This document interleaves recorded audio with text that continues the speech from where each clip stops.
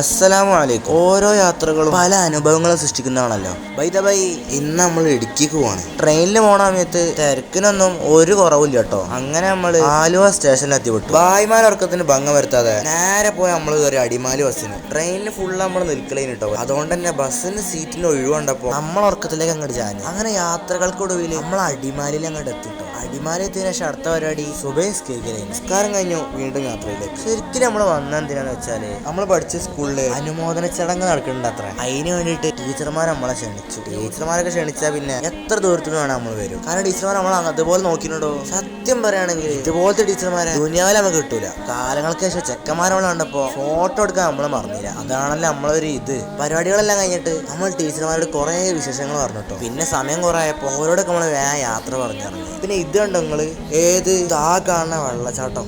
അടിമാലി അങ്ങാടി കൂടെ സഞ്ചരിക്കുമ്പോൾ ഏതൊരുത്തരും ശ്രദ്ധിക്കുന്ന മനോഹരമായ വിസ്മയം. പിന്നെ ട്രെയിനിലെത്തിയപ്പോഴും തിരക്കിന് പ്രത്യേകിച്ച് ഇളവൊന്നുമില്ല. പിന്നെ നമ്മക്ക് ശീലമായോണ്ട് സീനില്ല. പിന്നെ ഇതുവരെ ഞങ്ങൾ കണ്ട സ്ഥിതിക്ക് നിങ്ങൾ സബ്സ്ക്രൈബ് ചെയ്യുന്നതുകൊണ്ട് നമുക്കൊരു വിരോധമില്ല. എന്നാ പിന്നാണ് ബൈ.